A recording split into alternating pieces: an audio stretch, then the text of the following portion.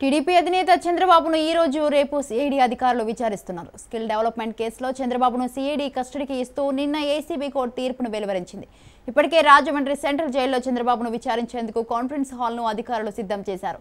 చంద్రబాబును 9 మంది సిఐడి అధికారులు విచారించనున్నారు. విచారణ సందర్భంగా చంద్రబాబు తరపు న్యాయవాదులను కూడా అనుమతిస్తారు. ఇప్పటికే చంద్రబాబు తరపు న్యాయవాదులు చేరుకున్నారు. సిఐడి విచారణ నేపథ్యంలో జైల్లో చంద్రబాబుకు వైద్య పరీక్షలు పూర్తి చేశారు.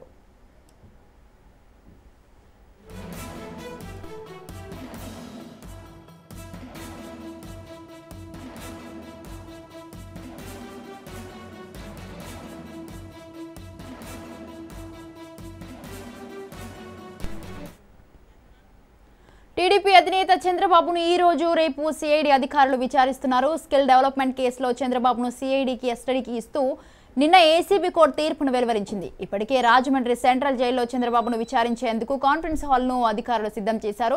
చంద్రబాబును 9 మంది సిఐడి అధికారులు విచారించనున్నారు. విచారణ సందర్భంగా చంద్రబాబు తరపు న్యాయవాదులను కూడా అనుమతిస్తారు. ఇప్పటికే చంద్రబాబు తరపు న్యాయవాదులు చేరుకున్నారు. సిఐడి విచారణ నేపథ్యంలో జైల్లో చంద్రబాబుకు వైద్య పరీక్షలను పూర్తి చేశారు. ఉదయం 9:30 చంద్రబాబు విచారణ ప్రారంభమైంది.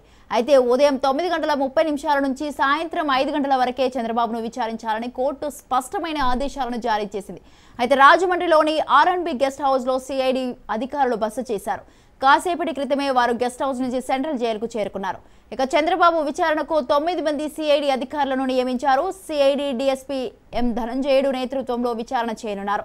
చంద్రబాబును రాజమండ్రి జైల్లో B Vijayabhaskar, A Lakshminarayana, Mohan Kumar, Y Ravikumar, Srinivasan, CH Sambasivarao, P Ranganayakulu, M Satyanarayana అధికారులు విచారించనున్నారు.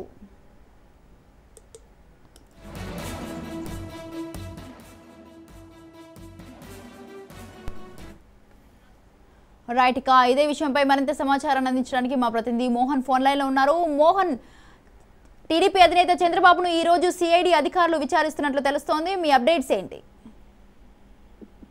స్వాతి, ఏదైతే అనుకున్న షెడ్యూల్ కన్నా ఒక అరగంట ఆలస్యంగానే ఏదైతే విచారణ స్టార్ట్ అయింది.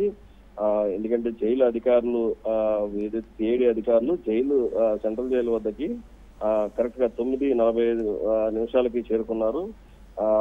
ఇక్కడ వచ్చిన వెంటనే ఒక 10 to 15 minutes ఈ ప్రొసీజర్ ప్రకారం తీసుకొని 10:05 ఎగ్జాక్ట్లీగా ఈ విచారణ స్టార్ట్ అయినట్లుగా మనకి తెలుస్తుంది.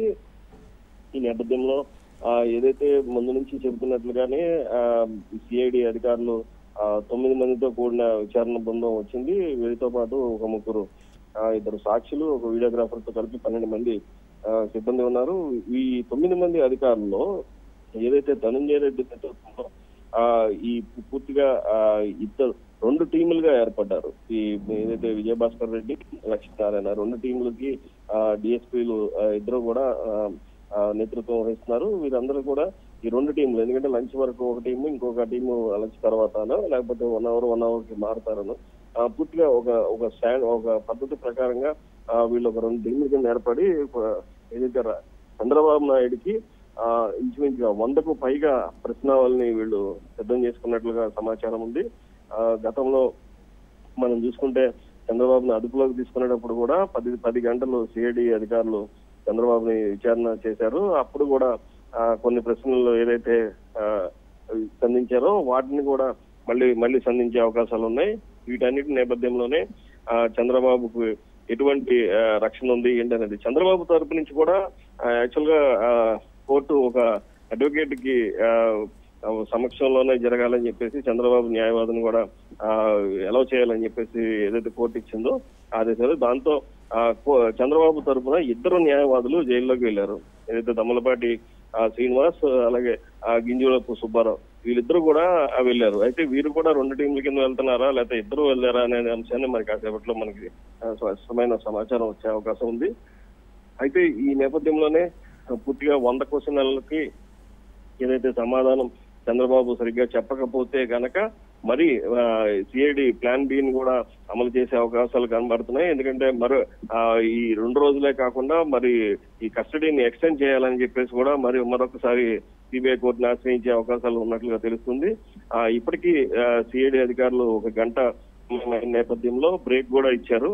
బ్రేక్ ఇచ్చిన నేపథ్యంలోనే పూర్తిగా చంద్రబాబు విచారణకు సహకరించకపోతే మాత్రం డెఫినెట్ గా ఈ ఏదైతే కస్టడియల్ విచారణ మరి కొన్ని రోజులు పెరిగే అవకాశాలు ఉంటాయి.